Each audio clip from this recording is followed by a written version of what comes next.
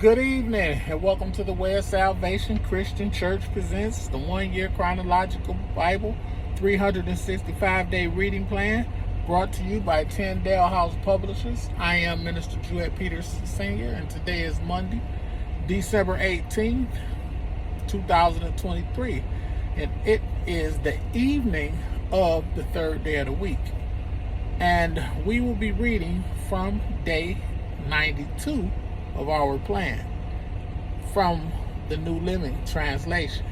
And day 92 consists of Judges chapter 7, Judges chapter 8, and Judges chapter 9, 1 through 21. Judges chapter 7, verse 1. Gideon defeats the Midianites. Verse 1. So Zerubbabel, that is Gideon, and his army got up early and went as far as the spring of Harod. The armies of Midian were camped north of them in the valley near the hill of Moriah. The Lord said to Gideon, "You have too many warriors with you. If I let all of you fight the Midianites, the Israelites will boast to me that they saved themselves by their own strength. Therefore, tell the people, whoever is timid or afraid may leave this mountain and go home." So 22,000 of them went home, leaving only 10,000 who were willing to fight. But the Lord told Gideon, "There are still too many. Bring them down to the spring, and I will test them to determine who will go with you and who will not." When Gideon took his warriors down to the water, the Lord told him, "Divide the men into two groups. In one group put all those who cup water in their hands and lap it up with their tongues like dogs. In the other group put all those who kneel down and drink with their mouths in the stream."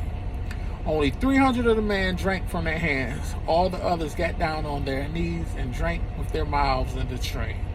The Lord told Gideon, "With these 300 men I will rescue you and give you victory over the Midianites. Send all the others home." So Gideon collected the provisions and ram's horns of the other warriors and sent them home, but he kept the 300 men with him. The Midianite camp was in the valley just below Gideon. That night the Lord said, "Get up, go down into the Midianite camp, for I have given you victory over them. But if you are afraid to attack, go down to the camp with your servant Purah. Listen to what the Midianites are saying, and you will be greatly encouraged. Then you will be eager to attack." So Gideon took Purah and went down to the edge of the enemy camp. The armies of Midian, Amalek, and the people of the east had settled in the valley like a swarm of locusts. Their camels were like grains of sand on the seashore, too many to count. Gideon crept up just as a man was telling his companion about a dream. The man said, "I had this dream, and in my dream a loaf of barley bread came tumbling down into the Midianite camp. It hit a tent, turned it over, and knocked it flat." His companion answered, "Your dream can only mean one thing. God has given Gideon, son of Joash, the Israelite, victory over Midian and all its allies." When Gideon heard the dream and its interpretation, he bowed and worshipped before the Lord. Then he returned to the Israelite camp and shouted, "Get up, for the Lord has given you victory over the Midianite hordes." He divided the 300 men into three groups and gave each man a ram's horn and a clay jar with a torch in it. Then he said to them, "Keep your eyes on me. When I come to the edge of the camp, do just as I do. As soon as I and those with me blow their ram's horns, blow your horns too, all around the entire camp, and shout for the Lord and for Gideon." It was just after midnight, after the changing of the guard, when Gideon and the 100 men with him reached the edge of the Midianite camp. Suddenly they blew the ram's horn and broke their clay jars. Then all three groups blew their horns and broke their jars. They held the blazing torches in their left hands and the horns in their right hands.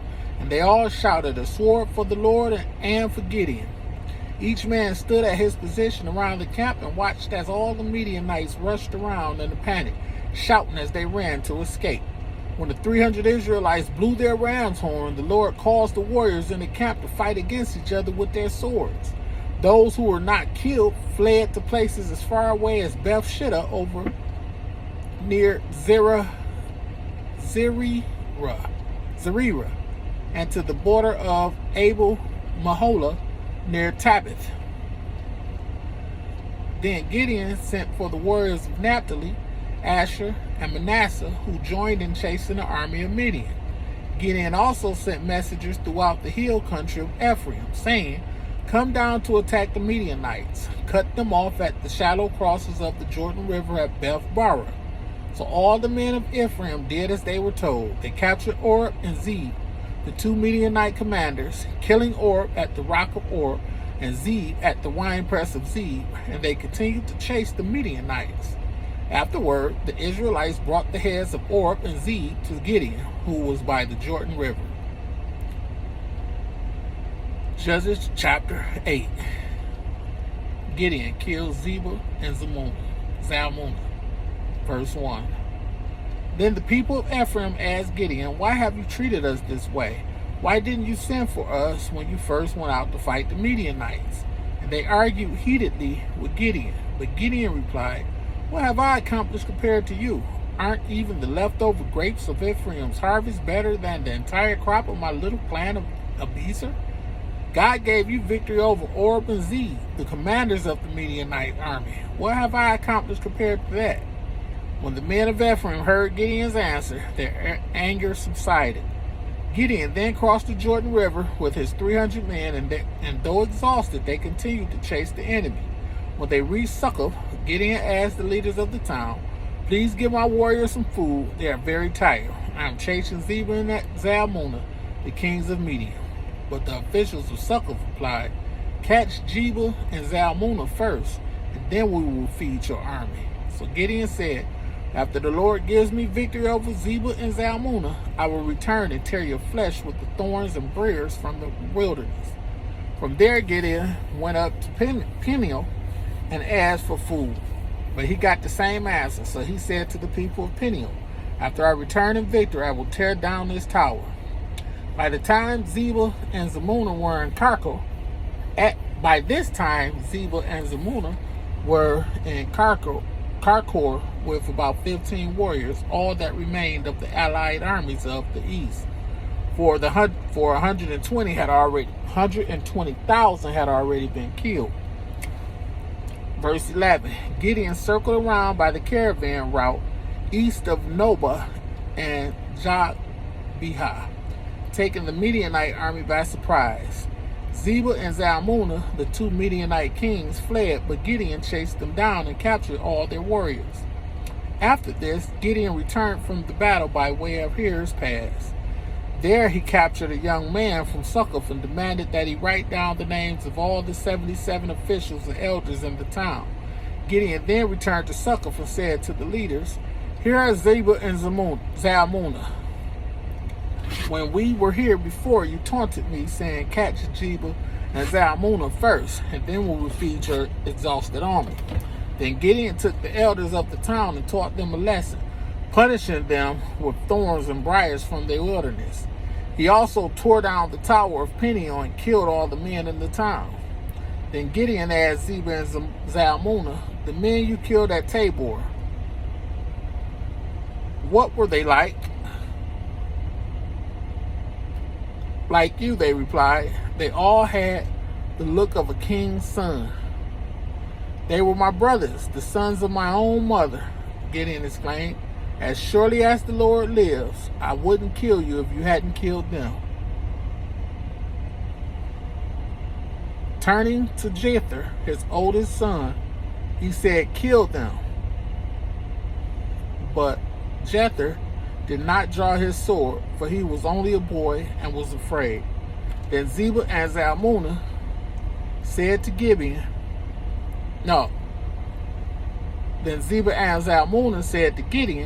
"Be a man, kill us yourself." So Gideon killed them both and took the royal ornaments from the necks of their camels.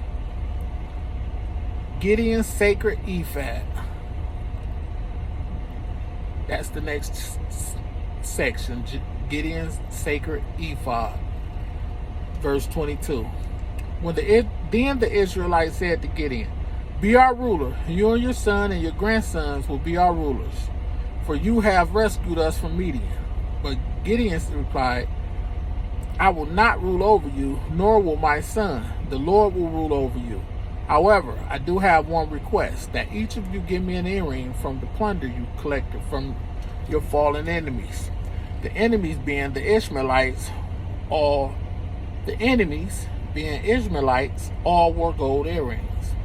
Gladly they replied. They spread out a cloak, and each one threw in a gold earring he had gathered from the plunder. The weight of the gold earrings was 43 pounds, not including the royal ornaments and pendants, the purple clothing worn by the kings of Midian, or the chains around the necks of their camels. Gideon made a sacred ephod from the gold and put it in Ophrah, his hometown. But soon all the Israelites prostituted themselves by worshiping it, and it became a trap for Gideon and his family. That is the story of how the people of Israel defeated Midian, which never recovered. Throughout the rest of Gideon's lifetime, about 40 years, there was peace in the land. Then Gideon, son of Joash, returned home. He had 70 sons born to him, for he had many wives. He also had a concubine in Shechem, who gave birth to a son whose name was Abimelech. Gideon died when he was very old, and he was buried in the grave of his father Joash at Ophrah, in the land of the clan of Abiezer. As soon as Gideon died, the Israelites prostituted themselves by worshiping the images of Baal and making Baal-berith their god. They forgot the Lord their God, who had rescued them from all their enemies surrounding them. Nor did they show any loyalty to the family of Zerubbabel, that is, Gideon, despite all the good he had done for Israel. Judges chapter 9, verse 1. One day Gideon's son Abimelech went to Shechem to visit his uncles, his mother's brothers. He said to them and to the rest of his mother's family, "Ask the leading citizens of Shechem whether they want to be ruled by all 70 of Gideon's sons or by one man. And remember that I am your own flesh and blood." So Abimelech's uncles gave his message to all the citizens of Shechem on his behalf. And after listening to this proposal, the people of Shechem decided in favor of Abimelech because he was their relative. They gave him 70 silver coins from the temple of Baal-berith, which he used to hire some reckless troublemakers who agreed to follow him. He went to his father's home at Ophrah, and there on one stone they killed all 70 of his half-brothers, the sons of Gideon. But the youngest brother, Jotham, escaped and hid. Then all the leading citizens of Shechem and Beth Milo called a meeting up under the oak beside the pillar at Shechem and made Abimelech their king. When Jotham heard about this, he climbed to the top of Mount Gerizim and shouted, "Listen to me, citizens of Shechem. Listen to me if you want God to listen to you. Once upon a time, the trees decided to choose a king. First they said to the olive tree, 'Be our king.' But the olive tree refused, saying, 'Should I quit producing the olive oil that blesses both God and people, just to wave back and forth over the trees?' Then they said to the fig tree, 'You be our king.' But the fig tree also refused, saying, 'Should I quit producing my sweet fruit just to wave back and forth over the trees?' Then they said to the grapevine, 'You be our king.' But the grapevine also refused, saying, 'Should I quit producing the wine that cheers both God and people just to wave back and forth over the trees?' Then all the trees finally turned to the thorn bush and said, 'Come, you be our king.' And the thorn bush replied to the trees, 'If you truly want to make me your king, come and take shelter in my shade. If not, let fire come out from me and devour the cedars of Lebanon.'" Jotham continued, "Now make sure you have acted honorably and in good faith by making Abimelech your king, and that you have done right by Gideon and all of his descendants. Have you treated him with the honor he deserves for all he accomplished? For he fought for you and risked his life when he rescued you from the Midianites. But today you have revolted against my father and his descendants, killing his 70 sons on one stone, and you have chosen his slave woman's son, Abimelech, to be your king, just because he is your relative. If you have acted honorably and in good faith towards Gideon and his descendants today, then may you find joy in Abimelech, and may he find joy in you. But if you have not acted in good faith, Then may fire come out from Abimelech and devour the leading citizens of Shechem and Beth Milo.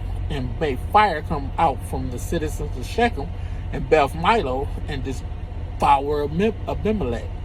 Then Jotham escaped and lived in Beer because he was afraid of his brother Abimelech.